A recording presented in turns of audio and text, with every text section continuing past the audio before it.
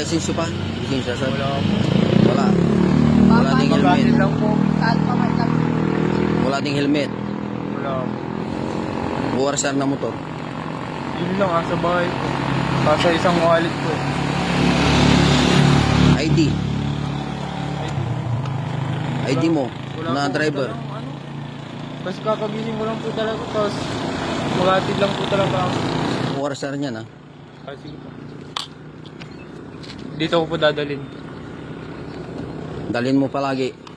Dalhin nyo palagi yung ORCR niyan kasi pag hindi mo dinala, walang wala, pati lisensya mo, wala ka pang helmet, wala pang side mirror, i-impowning ko yan.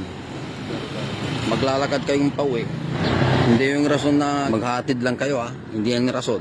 Dapat palaging dala mo yung ORCR niyan, kahit Xerox man lang. Kung ayaw nyo mabala, dalhin nyo lahat. Doon po ulit namin babayar.